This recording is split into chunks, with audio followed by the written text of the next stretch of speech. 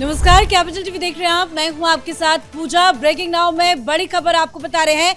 वंदे मातरम को लेकर कांग्रेस पार्टी का असली चेहरा पूरी दुनिया के सामने आ चुका है। वंदे मातरम पर कांग्रेस अपने स्टैंड पर बरकरार है। दरअसल सीडब्ल्यूसी की मीटिंग हुई जिसमें कांग्रेस ने एक प्रस्ताव पारित किया और कांग्रेस ने ये फैसला किया है कि सिर्फ शुरुआत के 2 पैराग्राफ ही वंदे मातरम की कांग्रेस पार्टी गाएगी। हालांकि इस फैसले का जबरदस्त विरोध भी हो रहा है। अमित शाह ने भी कांग्रेस पार्टी पर कड़ा प्रहार किया है। तो कैसे कांग्रेस पार्टी वंदे मातरम को लेकर फंस गई है, एक एक करके पूरी डिटेल्स आपको बताएंगे। मेरे साथ जुड़े हुए कैपिटल टीवी के editor in chief doctor Manish Kumar. Sir, पहले वंदे मातरम का अपमान, उसके बाद अब कांग्रेस ने तो प्रस्ताव ही पारित कर दिया कि सिर्फ 2 पैराग्राफ ही गाएंगे। देखिए, सीडब्ल्यूसी की जो बैठक हुई उसका मेन एजेंडा वो वंदे मातरम हो गया। और आपके दुस्साहस को देखिए, जब ऑलरेडी कानून पास हो गया है आप कह रहे हो कि हम बस 2 स्टैंजा ही गाएंगे। आपकी सरकार तेलंगाना में है, आपकी सरकार कर्नाटक में है, आपकी सरकार केरल के अंदर है। वहां आपका मुख्यमंत्री ये जरूरत कर सकता है क्या? जेल चला जाएगा, 3 साल की जेल है। और आप कह रहे हो कि जो कांग्रेस पार्टी का पर्सनल होगा तो हम 2 करेंगे और ताल ठोक के कर रहे हो। इसका मतलब क्या है? इसका मतलब यह है कि कांग्रेस पार्टी ने सीडब्ल्यूसी की मीटिंग में इस फैसले के जरिए एक राजनीतिक मैसेज दिया है। और यह मैसेज बहुत ही लाउड एंड क्लियर है। यह मैसेज वैसा ही है जो कुछ दिन पहले राहुल गांधी ने दिया था कि कोई हैंकी पैंकी मत करो, माइनॉरिटी मत बोलो, सीधे बोलो कि हम मुसलमानों के साथ खड़े हैं। मुस्लिम शब्द लेकर के आप बात करेंगे और एग्रेसिवली बात करेंगे। ये पिछले सीडब्ल्यूसी बैठक में जो है बातचीत हुई थी कि भाई मुस्लिम मुद्दे को कैसे उठाया जाए। तो किसी ने कहा कि देखिए हम लोग तो माइनॉरिटी वर्ड का इस्तेमाल करते हैं। राहुल गांधी ने कहा कि कोई ये सब करने की आवश्यकता नहीं है। मतलब आपने फिर से ये साबित करने की कोशिश की कि आप वही पार्टी हैं जो मुस्लिम अपीजमेंट में आप अंधे हो जाते हैं। आपने ये काम, जब आपको याद है वो बानो का केस जो आया था जिसमें सुप्रीम कोर्ट के फैसले को आपने मुल्ले कटमुल्लों के दबाव में सुप्रीम कोर्ट का फैसला बदल दिया था, जो शाहबानो केस हुआ था। आप लगातार मुसलमानों के दबाव में एक से एक प्रो मुस्लिम कानून आप लेकर के आए। आप यहां तक आ गए, आपकी दुस्साहस 2011 में इतनी हो गई कि आप एंटी रॉयट बिल लेकर के आ रहे थे, जिसका प्रावधान ये था कि देखिए कि कहीं पे भी दंगा हो, कहीं पे भी हंगामा हो, हिंदू मुसलमान के बीच अगर दंगा हो गया तो कोई मुसलमान पनिश नहीं किया जाएगा, दोष हिंदुओं का माना जाएगा और सिर्फ हिंदुओं को ही सजा दी जाएगी। ये इस तरह का कानून आप लेकर के आ रहे थे। तो इसका मतलब ये है कि कांग्रेस पार्टी ने यह तय कर लिया है कि यह पार्टी पूरी तरीके से anti Hindu, anti Hindutva, anti national हो गई है। क्योंकि यही आधार था, ये वंदे मातरम की कहानी, इसी के आधार पे इस देश का बंटवारा हुआ। कैसे हुआ वो भी मैं आपको बताऊंगा, लेकिन एक सवाल मैं सारे लोगों के लिए छोड़े जा रहा हूं कि वंदे मातरम से तुमको प्रॉब्लम है? इस देश में अलग अलग राज्यों के भी अपने स्टेट एंथम हैं। कर्नाटक में कांग्रेस पार्टी की सरकार है, जरा बताएं कि जो कर्नाटक का जो स्टेट एंथम है, जैसे राष्ट्र के लिए, भारत के लिए राष्ट्रीय गान है, राष्ट्रीय गीत है, तो कर्नाटक का जो स्टेट एंथम है उसके अंदर राम, कृष्ण, वेदास, कपिल मुनि, पातंजलि, इन सब का जिक्र है। उसको बदलोगे? उसको भी बदलना पड़ेगा ना। उसमें मुसलमानों की जो आस्था जो है वो उसको ठेस नहीं पहुंचती।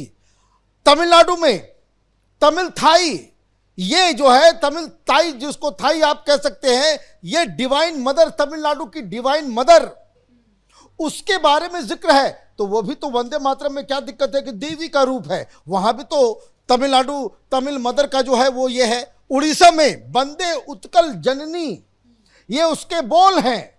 उड़ीसा का जो ये स्टेट, उसको भी बंद करेंगे आप। आंध्र प्रदेश में मदर तेलुगु के बारे में बातचीत की जा रही है। आप कहां कहां क्या क्या बंद करोगे? तो वहां मुसलमानों की आस्था नहीं बिगड़ती, यहां बिगड़ रही है। क्यों बिगड़ रही है मालूम है? वो इसलिए कि वंदे मातरम के आधार पे इस देश का जो है बंटवारा हुआ। सारे लोग कह रहे हैं ना, सारे लोग कह रहे हैं कि भाई 1937 के अंदर कांग्रेस पार्टी ने यह तय किया था कि भाई हम 2 स्टेंजा ही गाएंगे। यही आकर के बताया जा रहा है ना, ये खड़गे कह रहे हैं कि जो रविन्द्रनाथ टैगोर ने गाया, जो गांधी ने गाया, जो नेहरू ने गाया, जो पटेल ने गाया, वही हम गा रहे हैं, इसमें क्या हर्ज है? अरे बाबा, उसका कॉन्टेक्स्ट क्या है मालूम है? 1937 तक वंदे मातरम पूरा गाया जाता था, लेकिन हुआ ये 1937 में चुनाव हुए और हर जगह कांग्रेस पार्टी जीत गई और मुस्लिम लीग हर जगह हार गई। तो मुस्लिम लीग का अधिवेशन हुआ, ये कौन ही बताएगा? तो 1937 अक्टूबर 15 को वहां मुस्लिम लीग का एक अधिवेशन हुआ लखनऊ में, और लखनऊ में इन लोगों ने कहा कि नहीं नहीं, अब इन लोगों के साथ नहीं रह सकते। ये चुनाव हारे। चुनाव हारने के बाद मैं तो ये कहता हूं गांधी, नेहरू और क्या आप 2 स्टेंजा ही गाओ, ये तब वैलिड होता अगर देश का बंटवारा नहीं होता। देश को आपने धर्म के नाम पे बांट दिया, तो फिर आप किस बात के लिए? जिस मुस्लिम लीग की वजह से देश का बंटवारा हुआ, वो लखनऊ अधिवेशन 15 अक्टूबर 1937 में इन लोगों ने विरोध किया। तब जिन्ना ने चिट्ठी लिखी कि देखिए भाई, ये पूरा नहीं गा सकते हम लोग। क्यों?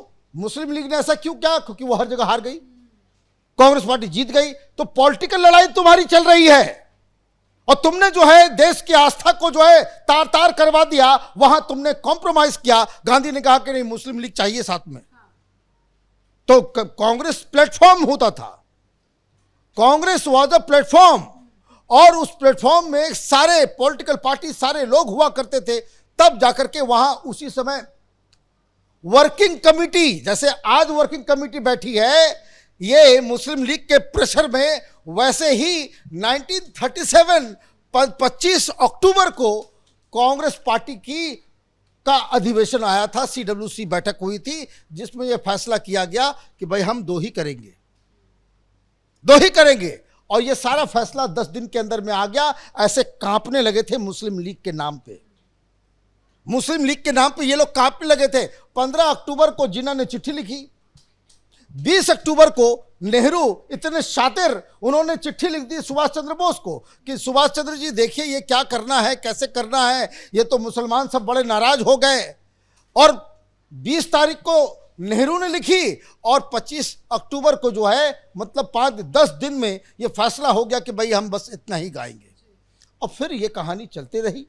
अब 2004 तक कोई प्रॉब्लम नहीं हुआ, लेकिन 2004 में आगरा में 54 मुसलमानों के खिलाफ ये जमीयत उलमा हिंद ने एक जो है वो डाल दिया, क्योंकि वंदे मातरम के ऊपर जो है वहां कोई डांस वांस हो रहा था, लोग गाए, मुस्लिम लोग थे, उनके खिलाफ फतवा 2004 में डाला गया। 2006 में हैदराबाद में भी वो मुस्लिम मौलानाओं ने फतवा जारी किया कि वंदे मातरम नहीं, वंदे मातरम नहीं। और साथ साथ आप देखिए कि ये वो समय है जब कांग्रेस पार्टी की सरकार आ गई, यूपीए सरकार आ गई, और इनका जो है उठना बैठना, मुस्लिम अपीजमेंट करना, ये सारी चीज़ें ये शुरू हो गई थी। और सोनिया गांधी के जो सबसे बड़े एडवाइज़र थे, पॉलिटिकल एडवाइज़र, वो अहमद पटेल साहब, उनके नेतृत्व में मुसलमानों को बढ़ाने का काम किया गया। और इसलिए ये सारी चीज़ों को आप देखिए कि 2006 में भी बवाल मचा,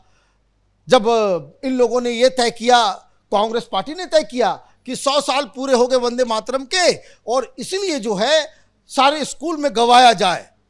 नहीं गवा पाए, नहीं गवा पाए। क्यों? क्योंकि मुसलमानों ने जो वहां पे जो है डिस्टर्ब करना चालू कर दिया। अब ये सारा बैकग्राउंड के तहत आप ये समझिए कि Vande Mataram became one of the contesting point Muslim League और कांग्रेस के बीच कि हम नहीं गाएंगे, हमको अलग देश चाहिए।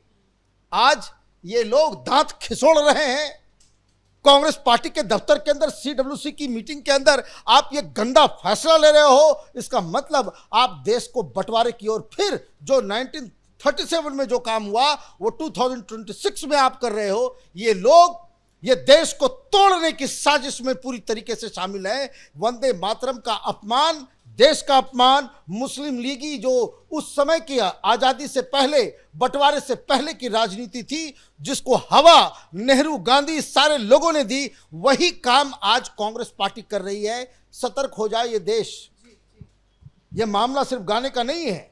अगर सिर्फ एटीट्यूड का मसला था, सिर्फ कि भाई ये राष्ट्रगीत में जो है वो मुसलमानों की भावना, तो भाई कर्नाटक का बदल दो, तमिलनाडु का बदल दो, तेलंगाना का बदल दो, उड़ीसा का बदल दो। क्यों नहीं बदल रहे अभी तक? वहां आपको दिक्कत नहीं है। क्यों? क्योंकि इतिहास, सिंबलिज्म और राजनीति उसका एक कंटेक्स्ट होता है, उसका एक परिप्रेक्ष्य होता है। और इसलिए जब आप वंदे मातरम का विरोध करते हो तो ये वही उसी जिन्ना वाली राजनीति, उसके दोहराने की बात कर रहे हो। जो गलती कांग्रेस पार्टी ने 1937 में किया, वही गलती 2026 में दोहरा रही है। लेकिन देश बदल चुका है, लोग बदल चुके हैं। पिछली बार ये कांग्रेसियों ने तो सरेंडर कर दिया, इस बार इस देश की जनता इन देशद्रोहियों को सरेंडर करने का मौका भी नहीं देगी। धन्यवाद सर जानकारी के लिए। तो कांग्रेस कह रही है कि 1937 में जो हमारा स्टैंड था, हम उसी स्टैंड पर बरकरार है। शुरुआत के सिर्फ 2 पैराग्राफ ही गाएंगे, लेकिन हालांकि अब तो ये कानून बन चुका है। अमित शाह भी आज कांग्रेस पर बरसे हैं। अब देखते हैं कि क्या कुछ कार्रवाई कांग्रेस पार्टी को लेकर होती है। लेकिन कांग्रेस की सीडब्ल्यूसी की मीटिंग में एक प्रस्ताव पारित हुआ है, जिसमें सिर्फ 2 स्टैंजा गाने पर ही सहमति बनी है। देखते रहिए कैपिटल टीवी। नमस्कार।